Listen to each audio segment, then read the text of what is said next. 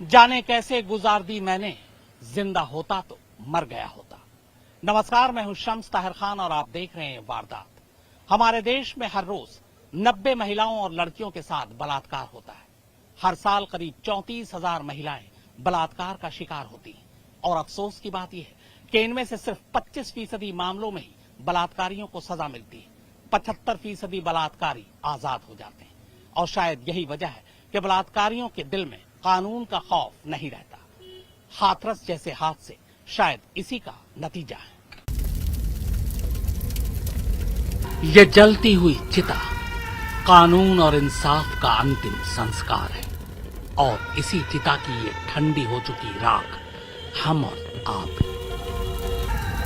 हमारा गुस्सा और उस गुस्से की तपिश बिल्कुल इस चिता जैसी है।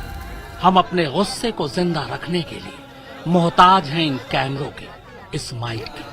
हमारा गुस्सा तभी तक सुलगता रहता है जब तक इस कैमरे के फ्रेम में हमें ये जलती चिता नजर आती है।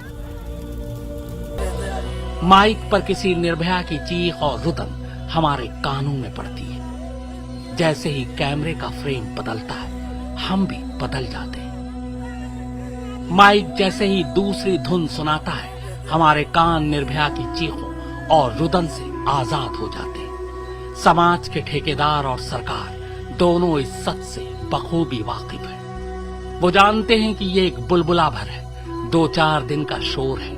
इससे ज्यादा कौन सा कैमरा, कैसी माइक कब तक हाथरस में टिकेंगे। 2-4 दिन बाद फ्रेम में कुछ नई तस्वीरें आ जाएंगी, माइक पर कुछ नई धुन, और बस इसीलिए ठेकेदार और सरकार बस इन 2-4 दिनों के बीत जाने का इंतजार करते हैं। फिर सब भूल जाते हैं, जैसे हम और आप, जैसे ये ठंडी पड़ चुकी चिता की राख। यही सच है, यही होता आया है और यही होता रहे। आजकल में इतनी हिम्मत है, मैं झोली में कोई भीख डाल सके तो कोई माँ को लाल है, कोई इतनी सी भीख डाल सकता है। हमारा समाज दोहरी मानसिकताओं का शिकार है और हाथरस का यह हादसा एक तमाचा है हमारी उन्हीं मानसिकताओं पर। शर्म आनी चाहिए हमें। जिस देश में औरतों को देवी मानते हैं, जिनकी पूजा करते हैं, उसी देश में मासूम लड़कियों और औरतों की आबरू को इस तरह से नोचा खसोटा और कुचला जाता है। बलात्कार के आंकड़ों को देखें तो हैरत होती है, गुस्सा आता है, मगर बलात्कार सिर्फ एक आंकड़ा भर नहीं, ये कत्लेआम है समाज का, कानून का, इंसाफ का और सबसे बढ़कर उसे एक पूरे परिवार का। कोई माँ को लाल है, इनमें से कौन ने अपनी माँ की कोख से जन्म लिया है। हाथरस की उस निर्भया का जिस्म तो कब का ठंडा हो चुका है, लेकिन रात के अंधेरे में 2:30 बजे जिस तरह उसकी चिता सजाई गई, वो पूरी इंसानियत का खून है। हाथरस की इस निर्भया के पास बचा ही क्या था। जिस्म छलनी था, रूह घायल। मरने की कोई उम्र भी नहीं थी, पर सितम देखिए, मौत के बाद भी इज्जत भरी चिता नसीब तक न हो सकी। इस बच्ची की इज्जत बचाने में हमारी पुलिस, हमारी सरकार पहले ही नाकाम थी।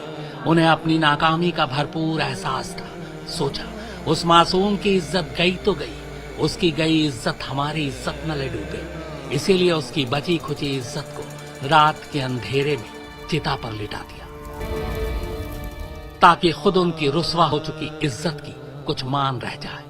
अरे कानून छोड़िए, क्राइम छोड़िए, झूठी इज्जत और शान छोड़िए, मजबूरी छोड़िए, बेबसी छोड़िए, पर इतना तो बता दीजिए कि इज्जत और सुकून से भले ही न जी सके, क्या इज्जत और सुकून की मौत भी नसीब न हो।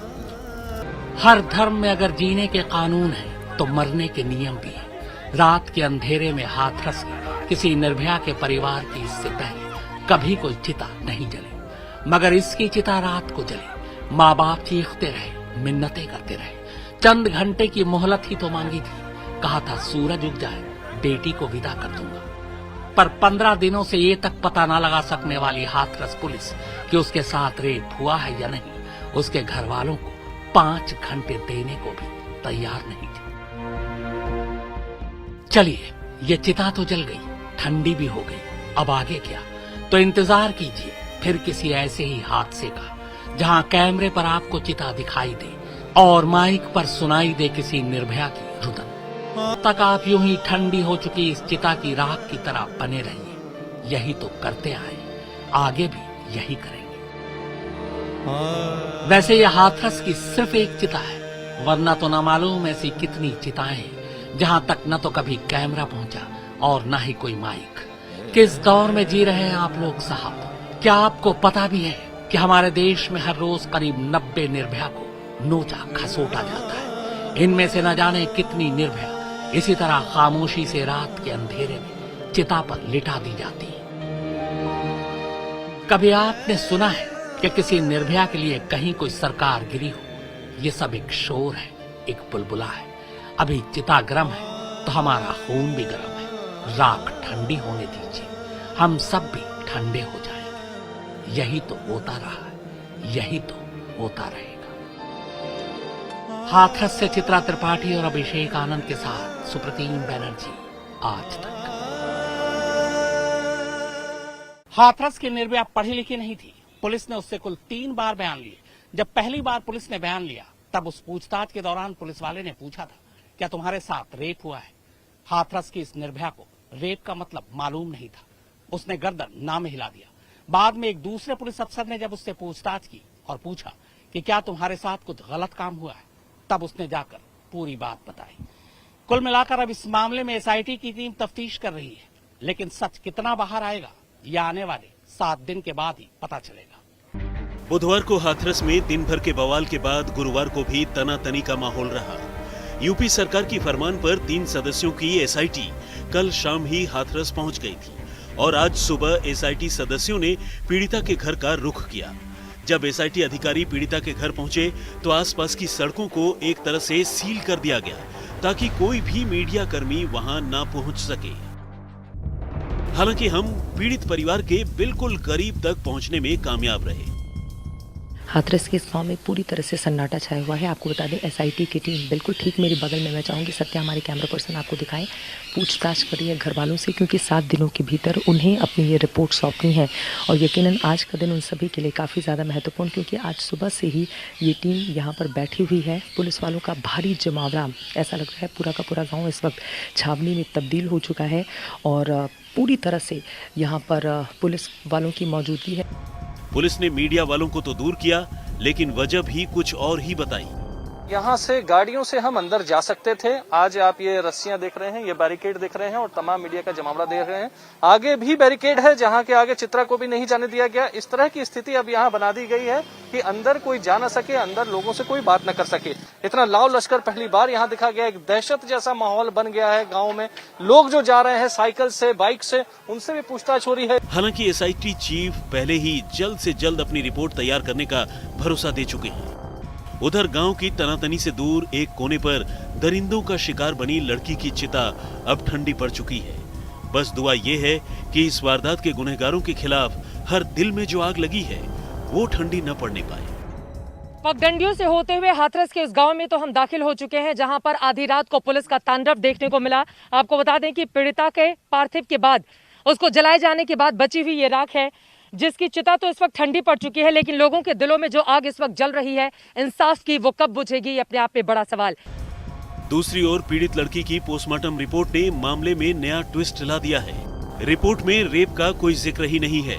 रिपोर्ट में गला दबाने और गर्दन की हड्डी C6 टूटने का जिक्र है और मौत की वजह कार्डियक अरेस्ट बताई गई है। इससे पहले हाथरस पुलिस गैंगरेप की पुष्टि नहीं होने की बात कह चुकी है, यानी अब निगाहें फॉरेंसिक रिपोर्ट पर टिक गई हैं। ज्यादती के बाद जब लड़की को जवाहरलाल नेहरू मेडिकल कॉलेज अस्पताल लाया गया तो वहां उसकी हालत काफी खराब थी। तब उसका इलाज करने वाले डॉक्टर ने उसे किस हाल में देखा, ये भी सुन लीजिए। नहीं, जो एक्सटर्नल एग्जामिन जो किया जी, एक्सटर्नल एग्जामिन नहीं किया, मैंने केवल उसको ऑब्जर्व किया, देखा, मतलब जो फर्स्ट व्यू में देखा। हाँ, और देखा कि हम यहाँ इसको रख सकते हैं कि नहीं, या इसका इलाज कर सकते हैं कि नहीं। तो इस वजह से उसको फर्स्ट एड दिया गया। फर्स्ट एड में जो भी दवाइयाँ, इंजेक्शन का फूड हो गया उसका, और ये सब देने के बाद उन्होंने इसको, ठीक है ना, अर्जेंट रेफर किया और उसमें लिखा गया कि मेडिको लीगल नहीं किया गया। प्राथमिक उपचार के उपरांत प्रॉपर मैनेजमेंट के लिए JNU मेडिकल कॉलेज रेफर किया जा रहा है। 14 सितंबर को क्या हुआ ये फिलहाल एक राज है।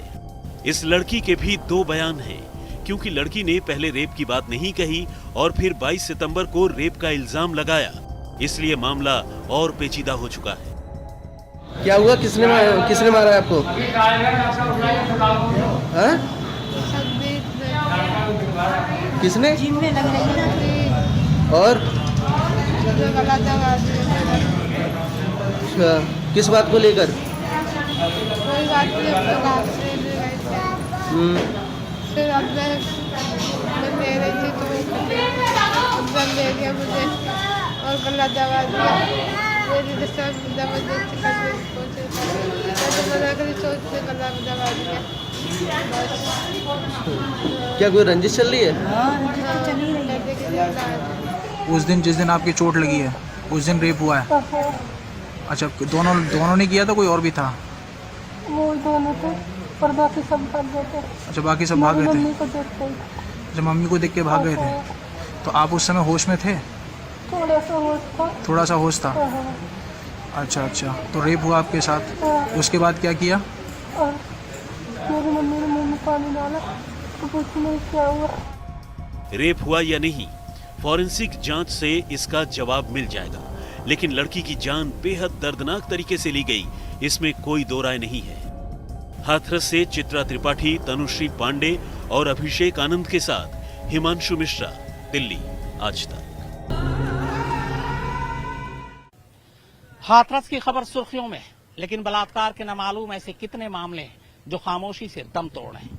इसी उत्तर प्रदेश में बलात्कार की और भी कई घटनाएं, पुलिस उनकी तफ्तीश कर रही है, लेकिन सवाल यही है कि क्या बलात्कार की इन घटनाओं को रोका जा सकता है?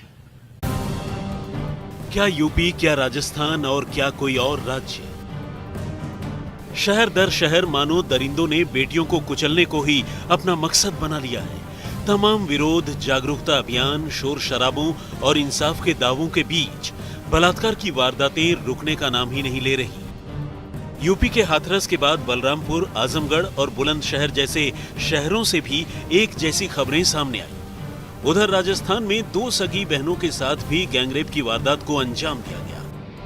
बलरामपुर में दरिंदों ने बीकॉम की पढ़ाई कर रही छात्रा के साथ रेप किया और उसे मार डाला। शाहिद और साहिल नाम के दोनों लड़के लड़की को पहले से जानते थे। वहाँ से कराए के लौटी, एडमिशन पूरा रसीद सब रखा है, तो पता नहीं कहाँ किडनैप की, तब्बे तो ले गए। उकरे हाथ पैर सब तोड़ दीनों के, पैर कमर में कोई दम नहीं रहा, चल भी नहीं पावत रही हमारी बच्ची। हमारे बच्चे के साथ इतना बड़ा अत्याचार खुल गई। हालांकि हर वारदात की तरह इस कांड में भी पुलिस गिरफ्तारी की बात कहकर कामयाबी गिनाती रही। आजमगढ़ और बुलंदशहर में भी रेप की वारदात हुई। आजमगढ़ में एक नौजवान ने नाबालिग को बहला फुसलाकर गुनाह को अंजाम दिया, तो बुलंदशहर में नशीला पदार्थ सुंघाकर एक नाबालिग से दुष्कर्म किया गया। राजस्थान के 12 की दो बहनों को दो नाबालिग लड़कों ने बहला फुसलाकर अगवा किया और 3 दिन तक अलग अलग शहरों में ले जाकर गैंगरेप करते रहे। जबरदस्ती लेके गए थे और फिर ना वो जैसे खाना वो जल जाते थे ना, वो धो ही जाते थे, वहाँ से कुछ लेके आते थे जो खिलाते हमें। फिर हमें कुछ होश नहीं रहता था, क्या करते थे क्या नहीं करते। आजमगढ़ से राजीव कुमार, बुलंदशहर से मुकुल शर्मा और बलरामपुर से सुजीत शर्मा के साथ राम मेहता, 12, राजस्थान, आज तक। तो वारदात में फिलहाल इतना ही, मगर आज तक पर खबरों का सिलसिला लगातार जारी।